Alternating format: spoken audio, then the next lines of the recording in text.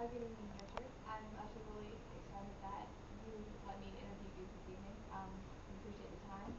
Um, Pretty much, do you have any questions before we start? No, ma'am. Okay. Well, I did some reading about the field. You told me you were more like mechanical engineering and manufacturing. Um, Pretty much, I read up on it, and I found the description was actually really interesting. It's one of the things that I'm interested in. And pretty much, I read that mechanical engineering is the branch of engineering that deals with manufacturing, analysis, design, operation, and maintaining mechanical systems and machines. Correct? That's correct. I also found it was really interesting that mechanical engineering actually came out um, back really as its own field in the Industrial Revolution. You can actually trace it thousands of years earlier. Just talk about innovation and evolution of the field. From the wheel. Pretty much. From the wheel forward. And actually, as far as it's come today, it's actually still evolving. Yes. Correct. Yes. So pretty And much. mixing with other forms of engineering. It's actually getting where they're mixing the electrical, the computer, and bio engineering into it too. In aerospace as Yeah. well. And actually, after I found this out, I was like, pretty curious to figure out what experiences you've had while being in this field. All right. Actually, aerospace is actually just a specialized field of mechanical engineering. It's different courses.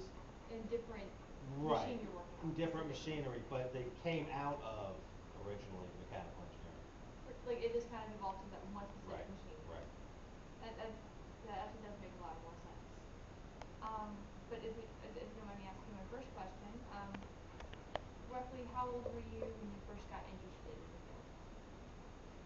Oh my God, I was one of those kids that liked playing with the boxes more than the toys on Christmas Day. I always liked having something that I could do that showed some accomplishment more than just All right. fluff. So like early age, you just got Very started. early age. Now what about it made you interested? Like what about it was interesting to you? A lot of other professions you go into,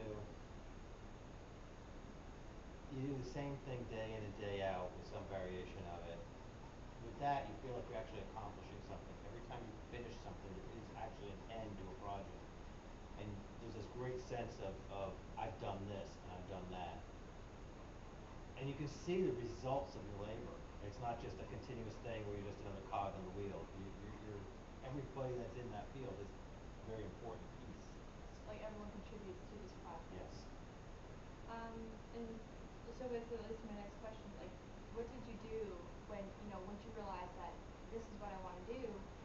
When you were younger, or high school, or even afterwards, what did you do to act on your interest of mechanical engineering? Well, I had an interesting situation where I didn't have a whole lot of choices when I was young, coming out of high school because I was on my own. So since I couldn't go to college right then, I went into the service and went into working on helicopters and actually getting my hands dirty working with the things I wanted to design. When I got out of the Navy, I went back to college and I first started with two associates, one in drafting and design and one in mechanical technology. And from that, I decided to go further, and I also got jobs with different manufacturing firms. Okay, because I actually, I was going to mention that I looked up some of the education requirements of manufacturing or mechanical engineering, and most of the times it's like a four-year study or a bachelor's in applied technology, bachelor's in applied science, um, and basically bachelor's in engineering is as simple as that. But you can also just get like licenses. You can take the classes. Is it true that like heavy study in math? Very, And very heavy precise. study in math. We would laugh and stuff because we were taking high-end physics courses and we were studying things like we had to calculate out the geostatic orbits of different things at 10 to 20,000 miles out in space and get it within fractions of a centimeter correctly. And we hear people taking psychology courses or this course and other things say, oh, I'm a straight A student. And we'd look at it and say, yeah, so are we, but try to do it in this field.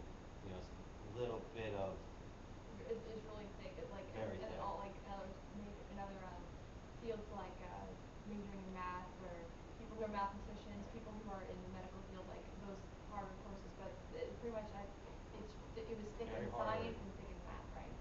you have to have all kinds of basic math courses. You know, calculus is just the beginning.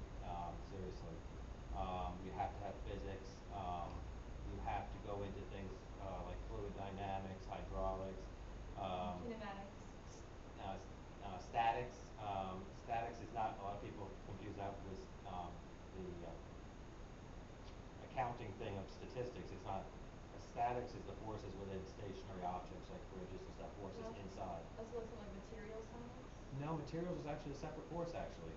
So it wouldn't be. No, statics is the forces within stationary objects. Like what if the wind catches a bridge, how do you break that?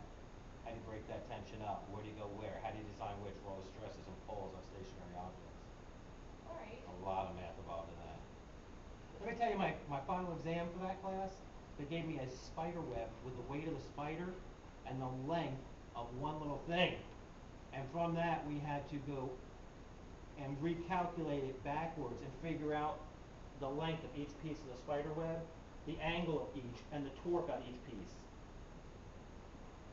It can be done. I'm not sure if I could do it anymore, but it can be done. I actually aced that. All right. Well, and like in this involvement in taking your classes or get working in the service, how do these activities and studies help your interests grow? Because everything I did gave me more experience and it opened more doors for me. So by the time I got to John Deere, I still didn't have a bachelor's in engineering, but I had 3/4 of the way through there, and I had so many years of experience that I walked in where a lot of other people didn't. So the advanced studies and all the prior experience you had is what qualified you to hold the Yes, position. yes. All right. What was the most difficult part in actually becoming qualified and getting that experience to become, a professional? Most difficult part, seriously, besides having the desire and drive, most difficult part was being able to just stop thinking about it and just do it. I mean, yeah, I didn't have anybody to really guide me. For me, it was just I had gotten out of the service. It was a service town, so I knew what industry was there, and I knew what doors to knock on. Um, John Deere came along, and they didn't even advertise their positions. They kept it closed. You had to go to the VEC, Virginia Employment Commission, and tell them you wanted to apply for that job. Unless you went and told them you wanted to apply for that job, you couldn't find it anywhere, on a website, anywhere. It was an insider only type situation. So it was a more difficult It job was to much get. more difficult, and they went through a series of testing. Um, if your resume and your application were not just right, you didn't get called back in for the first test. The first test they gave you decided how much aptitude you really had. They weeded out about half of the people there. Then they came back and gave us all psychological exams. Weeded out about another half of the people. Then they called us back and personal skills for how we would all work together as a team. And we did a lot more. And then they pitted us against each other as, okay, now we've got people that we think have got the right stuff, and let's put them in a mock factory. And they put us into a pen factory, told us to set up a pen factory, make it as efficient as possible. And they picked the best people from that to work in an actual environment with manufacturing and design. So and you were one of the lucky few to make it in there. Very few, yes. Well, so would you say that John Deere was the job that you know was definitely the job that you were looking for, as when you basically are referring to manufacturing? If you wanted a job, was John Deere the job that you were looking for? It was a stepping stone. I wanted more from John Deere, and what I wanted to do was to go to Moline from where I was, where they do a lot more of the CAD design, Mm-hmm. and that would have been my next step had they not closed the factory. Um, had I not left Virginia, I may very well have wound up in that kind of a situation. A lot of manufacturing does not happen like most people think it does. A lot of stuff is bought these days off the shelf, taken in the dark of night, and reverse engineered. Manufactured in this country, but the parts are already designed. Um, the stuff stuff on paper is usually for pieces and parts, not the whole product. And most people don't realize that what really gets changed is the plastic body parts and things. Jeez. Yeah, the engines are all from other suppliers, and your job is to make sure everything works together properly. So, you guys still play a large role in Oh yeah, influencing. yeah, yeah, yeah, yeah. I mean, design concepts like, all right, you know what a gator is, right? Yes. Looks like a little Beetle Bailey Jeep thing. Mhm. Okay, well the factory I was in made gators. We came up with a new concept called the Pro Gator. It was not the same gator, it was not the same vehicle. It was four-wheel drive. It was a lot faster. It had a real dump bed that could really put the weight on, and it was only available commercially to certain golf courses. It wasn't even offered to the public. Um, we built that, and we had to move a line up from North Carolina. And the team that did that got chosen to be on what was called the Sarasota project, which was developed at a convention they had down here in Sarasota, Florida. And they brought it back up to Virginia and said, hey, we have this idea. We want to make a homeowner's version of the Gator, which was a much smaller one. And they came up with all these ideas that we had all these brainstorming sessions and stuff. And what basically transpired there was they had all these ideas and they threw them all together. Well, some of them worked and some of them didn't. One of the first things that I was part of the team that actually did the testing for the program, and told them what worked and what didn't. And one thing they did was the suspension was totally wrong. I told them it would be wrong. They said, well, we're going to try it anyway. I said, okay, so that's part of the testing program. And when things fell apart, I told them why it fell apart. I had to draw up reports for that. And when they were done, they said, okay, what would you do? And I told them what I would do, and that's exactly what they did. So when I go by dealerships and stuff, and they have one of those things, I look over and I'm like, yeah, I did that, I did that, I did that. Um, the bed for the thing was way too small. And I told them that. I said, you need to be able to carry at least this amount. So they did eventually enlarge the size of the bed. So I mean, there were certain things that I actually had a real say-so into what got developed and put into commercial So it's production. more like so when you go out and see these products that you helped create, Yes, you feel a sense of accomplishment there. very much so. You're Very like much so. it's like I'm proud of that.